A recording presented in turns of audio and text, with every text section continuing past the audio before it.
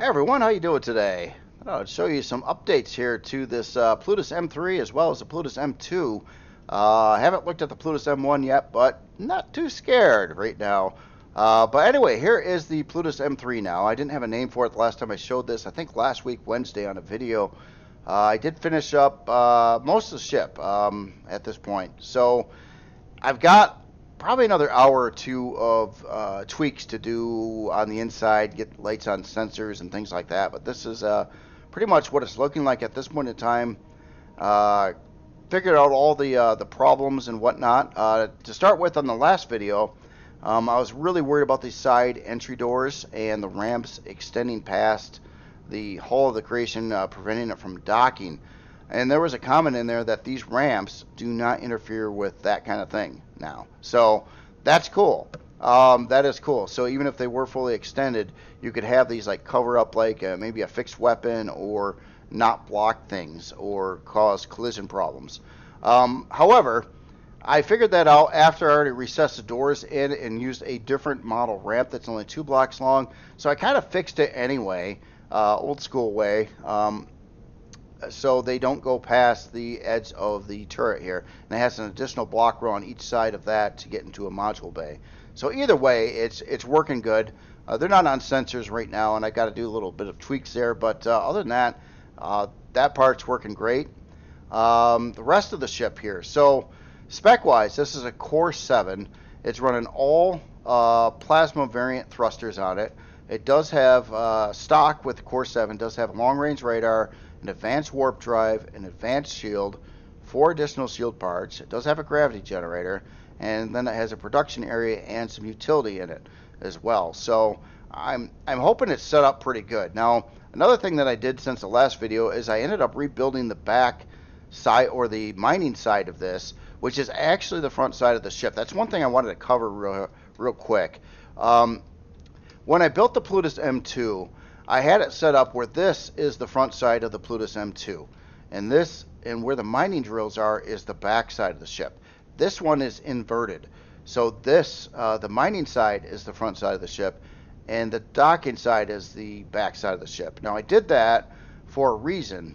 When I was using the Plutus M2 in previous playthroughs in the game, a side effect with having a bridge on the back side is mapping your triangle little arrow on the map shows that you're facing the opposite direction that you actually are if you're using the mining cockpit on it. And that early on, until I realized what was happening, screwed me up.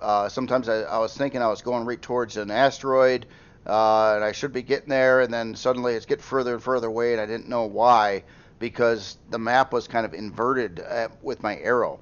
So when I started doing this one, knowing I was going to do the same kind of setup as the Plutus M2, I started it building it in reverse. So the front side actually is the back side is actually the front side. So if you're in this cockpit and you go to the map, everything's showing you you're going the right direction, and it makes sense. But if you're in the other cockpit, it might show your arrow still going this way, even when you pull forward, you're actually going backwards. So it was just a weird little quirk there. Now, one other thing I wanted to talk about too is a question that was brought up. And it's a good question. Is why didn't I put the mining drills on the same side as like the docking bridge? And there's a big reason for that. One, experience building the Plutus M2 that was trying to do the very same thing. It was trying to have the mining drills originally on this side of the ship and not on the back side of the ship. Problem is these mining drills on these things are, first of all, they do have collision problems. So if they're retracted, it doesn't matter. They still count as they're open. So if you have those on the same side as, here, let me get to the this one here. If you have them on the same side as the docking side, that means you have to recess them in the entire length of the mining drill, extracted. So like over on this side here, I have to push these back, I think, like 4 more blocks into the ship. They're not airtight either. And also, not only do you have that big problem of all these stuck into the hull of the ship pretty deep as well, and you have to block around them to have airtight area. You also have to fit in the bridge up here, the cockpit, which has to be on this block row here. You have to have a couple of these landing gear that have to be in this location, and you also have to have this front door in this specific location. Having all that going on the same side of the ship is an absolute nightmare. It just, you can't. It was. I tried with the M2 here and totally failed. Didn't work. Was going to be an absolute disaster if I tried to go that route. And the same thing would happen on this one. If they were all recessed like that, and I had try to do everything, and it actually kind of almost makes it impossible, especially on how I got the drill set up on this one. Let's just say that we have our main cockpit here, and it would have to be on this block row for docking, so you can use the guide markers on the module bays. These two side mining drills here that would be extending really deep into the ship aren't airtight. So there would be no way to make them airtight around the cockpit either. And so you'd have to just kind of be out in open space in a spacesuit in the cockpit. And stuff like that is why it's got two sides. And trust me, and the comment did, it does make sense. If you could get them all on one side, you wouldn't have to have the second cockpit. You'd have more room available in the build. Yeah, and that is all true. Except, if this was not a module, then it would have probably had the drills on the same side as a single cockpit. But because it's a module, too difficult to deal with that. And I don't even know if it's doable. Like I said, I failed royally trying to make it work on the Plutus M2, and it's bigger, and it had more room even. I did have more drills at the time as well, but still. I'm not saying it's impossible to build a module miner with the drills on the same side as you dock on. It's probably doable. It's just, it's really, really wasteful for interior space. Causes you to have to build all these structures and airtight block areas around the whole thing, and then trying to mesh that in with all the parts or the 4 different things you need to line up and be in specific places to be a properly working module. It just fails. It just fails bad. So I just wanted to go over that one as well. So anyway, let's get aboard this thing. I'll show you what's going on the inside. Now, the inside is not fully tweaked yet. I started, but I've got some lighting issues, and I want to make it look a little prettier in places, quite a few places actually. So you walk in. This is your obviously side you would enter a Helios type ship or module bay with. And then you have your all your shield parts over here. And I'm missing textures and places and stuff yet too. So keep in mind, I do have to spend some time and tweak this. So you have your 4 shield parts there. Then you get into the center section of the ship, and this gets into the mining or the front side of the ship actually, which is the your mining drill area. I thought I had a fun cockpit thing. I could make it a little bit more visible yet if I didn't use these heavy glass windows in there with the big border trims on them, but I thought it looked pretty decent, and you got pretty good visibility mining. When I rebuilt this side of the ship too, I made sure everything's centered properly. So I spaced out the mining drills a little bit different so they would totally line up in the center of this bridge area here, so everything felt right when you're mining. So on the inside here, you do have 1 advanced constructor, 2 small constructors. It has 2 320K harvest bays, 1 there and 1 right here. Extra cargo box. Right now I currently have the Pentacta tank here, but I think I might move that and free up this room for a number of things. Maybe a superior CPU core or some more utility stuff like an armor locker and fridge and that kind of thing. It does have a very funky place for the main shield of the ship, and I'm not exactly thrilled with where I've got that, but I couldn't fit it anywhere else with the other big parts that are in the ship. The biggest thing, I was worried about collision on it, but the shield part collision actually isn't bad at all. So you can literally kind of walk right around it here without getting all tripped up and stuff. And I was wondering if that was going to be the case. I was wondering if it had bad collision on it like a lot of other parts in the game do. But this one actually looks like the collision is actually pretty decent. so it doesn't interfere with you. The only side effect here, and trust me, I have not found any solution for this, is when you get near this part, it introduces 7 rads to your player here, and you're going to get them even if you're all the way out in this walkway over here. So walling this off isn't going to do anything, and I can't wall it off, and I would have to wall it off and cover up this whole walkway to shield you from the rads that this thing produces. So that is bothering me, but I ran out of ideas on how to possibly fix that. The only way to fix it obviously would be to move the shield to some other place, but with all the other big parts in here, there was no other places to put it, and that's it for at least for a full-size shield. It's also running a single advanced generator over here. It does have a toilet and a shower, and then it has med bay and O2 over in this side. 2 ammo boxes, they're 14K apiece, 1 here and 1 there. Yeah, that's pretty much the inside of the ship, right? And again, the Pentacta tank might move somewhere else. I could probably fit that somewhere, and I believe I failed to put in Wi-Fi yet too. But spec-wise, if you take a look at our CPU here, it's coming out pretty good. So we're a Core 7 setup here, 2 basic, 2 advanced, 2 improved, and yeah, it's I got enough CPU to add the Wi-Fi or like an armor locker. But other than that, I don't have enough CPU to really do anything more with at a Core 7 here.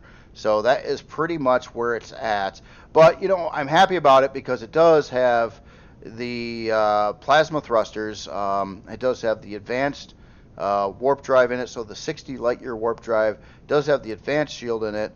And it does have long range radar installed in it already too. So it's got like all these things I would want on a CV miner right off the gates, so you don't even have to screw with it, which is great. Speaking of the warp drive, that is upstairs. If we go over to the docking cockpit here, you got the warp drive right in this location, so you can access it, but if you don't need to upgrade it, I'm not sure exactly what you would do with it, but you can always remove the glass and get to it if you wanted to. So that is an option there. I might do something a little different here with this front end over here as well. As in cores in the build, it has 2 advanced cores up in these locations here, pretty visible on the interior. Your 2 basics are down on the floor here. The 2 advanced are on the side of the generator. They are actually visible, but they're not easy to get to necessarily without removing the generator first. But that was the best location I found to put those out of the way and whatnot. It's going to need them anyway, so it's not like it's an upgrade slot there. So other than that, mine's good. It flies good. It docks pretty good. Actually, here, oh, I went in the wrong cockpit. Let me run upstairs here a second. Again, one of the biggest problems I've got with this ship right now is it needs I don't think the interior looks wonderful, so I got to keep on working on the interior, try to dress that up a little bit more here. Let me take this in for a quick dock here. I'll just be kind of crazy with it here. Am I good? Yeah, we're good. Yeah, these generally dock pretty. Oh, I wasn't in God mode. So what did I just do there? Did I just lower this thing down? Just happened. No, I'm just an idiot. There we are. Yeah, see, it's all docked. It docks. A Helios module that docks. So that's kind of how it would look sitting in the back of at least the Macar over here. So yeah, pretty happy about that. So now on the Plutus M2, several changes were made to this ship, and right now it's kind of sort of ready for RE2, I think. So the first thing I did do is I got rid of the 4 inner drills. This had 12 originally. Your maximum laser drills that you could put on RE2 creation is 8 now. So I got rid of the 4 inside ones. Then I took it up to test it, mining an asteroid with it, and it worked just fine. What I was scared about is with these 4 drills in the middle, would it form a nub when you were mining? Like it would carve out an area all around the center and then leave this like nub in the middle of it. That would screw you all up with mining. It does not do that. It does not do that. It actually has a pretty flush hole, equal size to the mining front end here. So no nub at all. So that made it really quite easy to do this. Other things that were done on this ship, I swapped all the thrusters and changed them all into the plasma variants. So they're basically, if you take a creation that you want to, like a Reforged Eden 1 creation that you want to convert to a Reforged Eden 2 creation, you will notice right off the gates that the thrusters will translate to the ion thrusters, and they're about half the power as what the plasma thrusters are, or half the power as what they used to be for Reforged Eden 1. So it's almost like one of the upgrade things, if you want to keep apples to apples with your speeds and everything like that, is to upgrade the thrusters to the plasma version, and then you'll pretty much be exactly how you were previously, or how it would work in Reforged Eden 1. So, okay, so it got those upgrades. Now, something else I realized that this ship did not have, and I could have swore it did, but it didn't. It didn't have long-range radar, and it had no location to add one. It just had a detector on it, and that's not cool, not for a CV miner. So I ended up getting rid of a retractable turret on the bottom side here, and I dumped in a long-range radar. Another thing this ship didn't have stock is the advanced warp drive, the 60 light year warp drive. So I popped one of those in there. So it's got that in place now too. So it does have long range radar, advanced warp drive, which are two features I wanted it to have anyway. It's supposed to be a high end miner, but it didn't have some of the high end parts. So that was problematic. Getting aboard here, let me get in the ship here a little bit. I managed to dump the whole Core 9 setup over here. So that is basically your, here I'll show you in the devices here, your two basics, two advanced, two improved, two superior cores in the build. So they're all fitting exactly where the cores used to fit, and taking up the same amount of space pretty much. So that's pretty cool. Now this was a Core 9 originally as well, so it didn't change in core. Beyond that, I went through and I also added in 4 shield parts in here. So it does have 4 additional shield pieces. And yeah, other than that, from the differences between the Plutus M2 for Reforged Eden 1 or Vanilla, it now has, it got upgraded with its warp drive, it got upgraded with having 4 more shield parts, and all that. I forgot where I was going with this. Anyway, it's a more capable miner now than what it used to be, stock at least. So it's got more stuff in it. I did not remove any of its production or mess with any of the storage bays or any of that stuff. So it's all the same there. You still have a lot of production in the ship, for advanced constructors and for small constructors to process goods on the fly here. Yeah, and pretty happy with it. So CPU-wise, at Core 9 here, it is coming out to 800,000 CPU, and it's using currently 760,000 of that.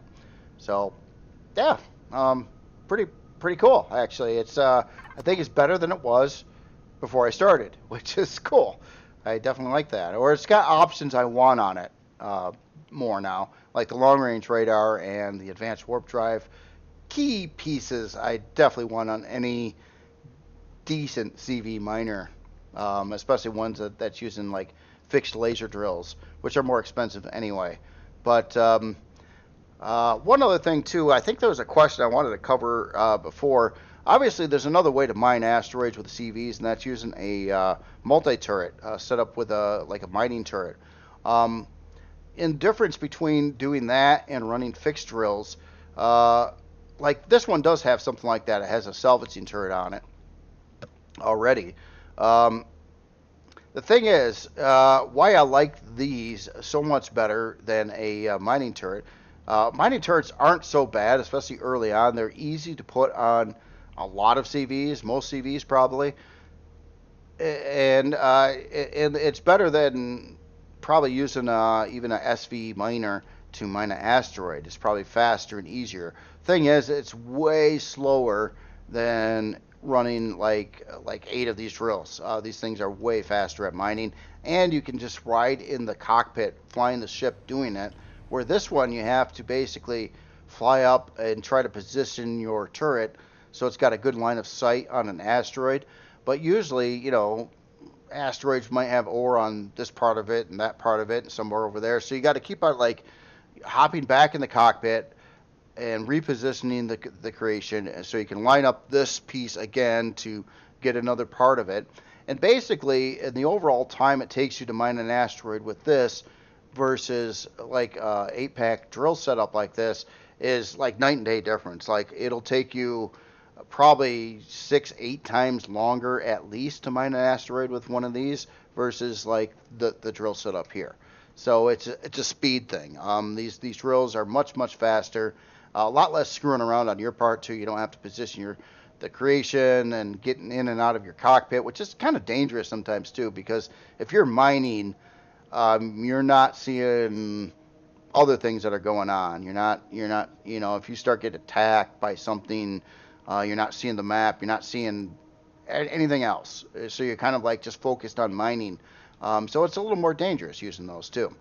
Again, I'm glad the game has these because that just allows just about any CV out there to be able to mine, which is great. It's just when you get into dedicated like laser drilled kind of miners, they are better. They are a notch up over mining drills. So I think I was basically, there was a question I had about that a while back, and I was just trying to go over that one.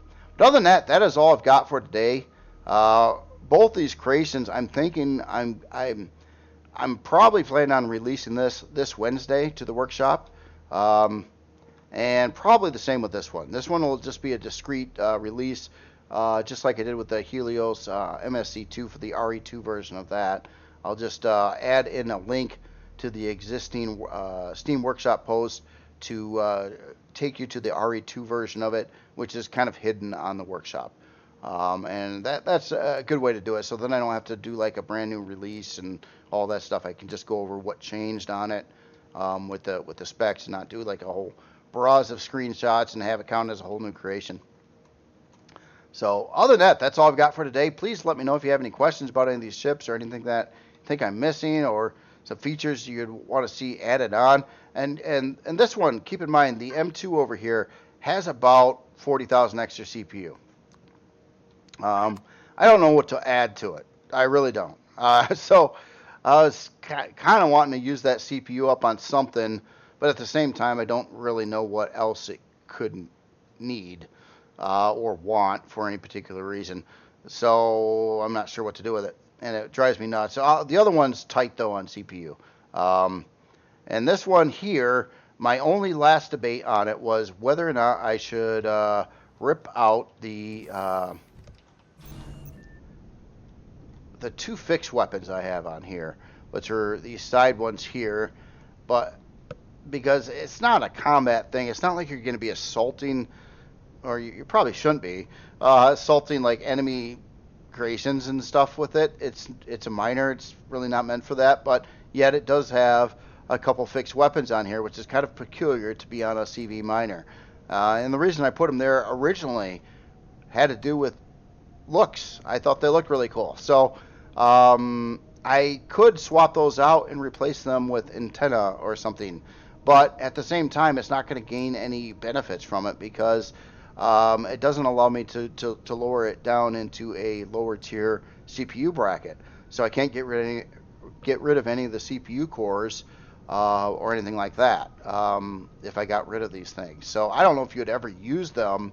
I guess if you're flying into a asteroid belt and it had a lot of drone activity, you could manually shoot some of them, but you got an awful lot of turrets around the thing to be able to shoot at them too. So I don't know. It's just kind of, it's a bit of a waste of CPU for the sake of looking cooler right now. But I guess they do function. I don't know. That's just a weird question I've got. If you got any answers on that one, please let me know as well. Other than that, that will be it for today's video. And probably either tomorrow or Wednesday I'll have another video out.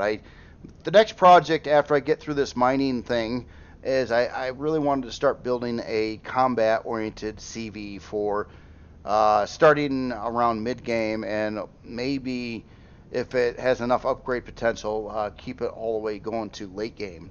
I think would be kind of cool. I think it'd be a nice arrange for a combat type of CV. I don't exactly know what I'm going to build yet for it, but all I do know is it would be more of a dedicated combat CV, and it wouldn't be doing much in production. It'd probably have some kind of production in it to build ammo on the fly, but wouldn't have a lot of production. It wouldn't have a farm. I don't really want it to have a bunch of fluff. It could have places to dock small creations. Um, I mean, I think it would be kind of cool if it actually had a place to dock a Helios module, but man, that would require it to be certain dimensions and shape and stuff. And I don't know if I want to open up that can of worms. I didn't want it to be super giant and things like that, but I did want it to contain enough places to put in a lot of late game high-end parts for shielding and whatnot in it, and a lot of guns, of course, too. So, but it's a can of worms I haven't opened with Reforged Eden 2 yet. So I started messing with SVs, SV miners, low tier, and then went up to the starter ship over here. Did that Carapace C2X as well, and then on to CV miners, and next is combat ship, and probably repeat the cycle. After I do this next combat ship too, I might briefly go into one of the other factions for building for a little bit too, like Scar or Creel or something like that, just to break up the monotony of doing all these human creations back to back. All right, I will shut up finally, and you all have yourself a great day. I'll talk to you later.